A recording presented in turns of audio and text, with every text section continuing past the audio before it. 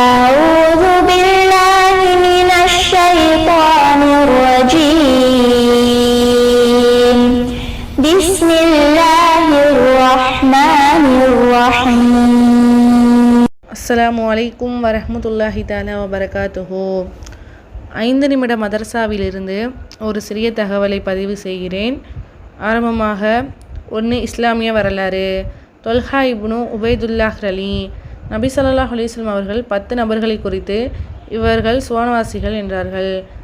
அவரில் ஒருவர் தாம் தல்ஹா அலி. இஸ்லாத்தை ஏற்ற ஆரம்ப நபர்களில் இவரும் ஒருவர். பத்ர் போரை தவிர மற்ற எல்லா போர்களிலும் பங்கேற்றுள்ளார். பையத் ரில்வானில் இவரும் கலந்து கொண்டார். உஹது போரின் போது பகைவர்கள் அன்னலாரை தமது அம்புகளின் இலக்காக ஆக்கிய போது தொல்ஹா அலி அவர்கள் குறுக்கே நின்று கொண்டு தமது கரத்தால் அம்புகளை தாக்கி தமது கைகளை சல்லடையாக்கி கொண்டவர். ஒரு சமயம் இவரை பற்றி அன்னலார், பூமியில் நடமாடும் ஒரு ஷஹீதை பார்க்க விரும்புவோர் தல்ஹா அலி அவர்களை பார்க்கட்டும் என கூறினார். இவர் ஹிஜ்ரி 36ஆம் ஆண்டு ஜமல் போரில் ஷஹீதானார். 2 அல்லாஹ்வின் ஆற்றல். மழை இயற்கையின் ஏற்பாடு. அல்லாஹ் மேகங்களின் மூலம் உயரத்திலிருந்து மழையை பொழியச் செய்கிறான். இந்த மழை தனது அசல் வேகத்தில் பூமியில் விழுமானால் பூமியில் ஆங்காங்கு பள்ளம் ஏற்பட்டுவிடும். மேலும் எந்த உயிரும் மரம் செடி கொடிகளும் பூமியில் இருக்க முடியாது. ஆனால் அல்லாஹ் தனது ஆற்றலினால் ஆகாயத்தில் பல தடைகளை ஏற்படுத்தியுள்ளான். அவற்றில் முட்டி மோதி வருவதால் வேகம் குறைந்தே பூமியை தொடுகிறது. இதனால் பூமியில் யாவும் நலமுடன் இருக்கின்றன. இயற்கையின் இந்த ஏற்பாடு அல்லாஹ்வின் ஆற்றலே அன்றி வேறில்லை. 3 ஒரு ஃபர்லை பற்றி. மனைவி சொத்தில் கணவனின் பங்கு. அல்லாஹ் கூறுகிறான், இன்னும் உங்கள் மனைவியர் விட்டு சென்றதில் அவர்களுக்கு பிள்ளைகள் இல்லாதிருந்தால் உங்களுக்கு பாதி பாகம் உண்டு. அவர்களுக்கு பிள்ளைகள் இருந்தால் உங்களுக்கு கால் பாகம்தான். இதுவும் அவர்கள் செய்கின்ற மரண சாசனத்தையும் கடனையும் நிறைவேற்றிய பின்னர்தான்.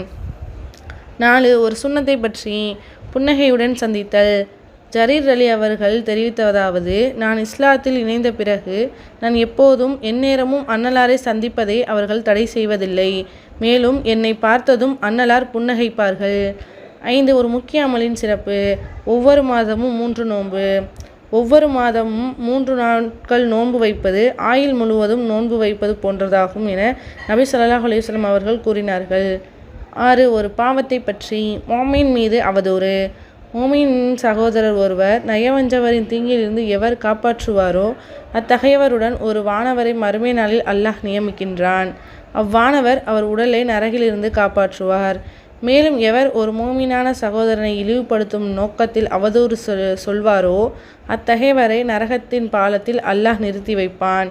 அவர் கூறிய அவதூறுக்கான பகரத்தை தரும் வரை அவர் அங்கே நின்று கொண்டிருப்பார் என நபி ஸல்லல்லாஹு அலைஹி வஸல்லம் அவர்கள் கூறினார்கள். 7 உலகத்தை பற்றி. உலகத்தின் கட்டடங்கள். நபி ஸல்லல்லாஹு அலைஹி வஸல்லம் அவர்கள் ஒரு முறை ஒரு கட்டடத்தின் அருகே நடந்து சென்றபோது இது யாருடையது என வினவினார்கள். அதற்கு இன்னாருடையது என மக்கள் கூறினர். கியாமத் நாளில் பள்ளிவாசல்களை தவிர மற்ற எல்லா கட்டிடங்களும் அதன் உரிமையாளர்களுக்கு வேதனையாக மாறும் என நபி ஸல்லல்லாஹு அலைஹி வஸல்லம் அவர்கள் கூறினார்கள். 8 மறுமை பற்றி. சுவனத்தாரின் நற்கொடைகள். அல்லாஹ் கூறுகிறான், அவர்கள் நிலையான சுவனபதிகளில் புகுவார்கள். அங்கே அவர்கள் பொன்னாலும் முத்தாலுமான காப்புகள் அணிவிக்கப்படுவார்கள். இன்னும் அங்கு அவர்களுடைய ஆடைகள் பட்டாக இருக்கும். 9 நபி வழி மருத்துவம். நோயை தவிர்த்திட. பாத்திரங்களை மூடி வையுங்கள், ஏனெனில் வருடத்தில் ஒரு இரவு தொற்று நோய் இறங்குகிறது. எந்த வீட்டில் பாத்திரம் திறந்து கிடைக்கிறதோ அதில் அந்த நோய் இறங்குகிறது என்று நபி ஸல்லல்லாஹு அலைஹி வஸல்லம் அவர்கள் கூறினார்கள். 10 குர்ஆனின் அறிவுரை. மஹரை கொடுத்து விடுங்கள். அல்லாஹ் கூறுகிறான், நீங்கள் மனம் செய்து கொண்ட பெண்களுக்கு அவர்களுடைய மகரை மகிழ்வோடு கொடுத்து விடுங்கள். அதிலிருந்து ஏதேனும் ஒன்றை மனமு வந்து அவர்களுக்கு உங்களுக்கு கொடுத்தால் அதை தாராளமாக மகிழ்வுடன் புசியுங்கள்.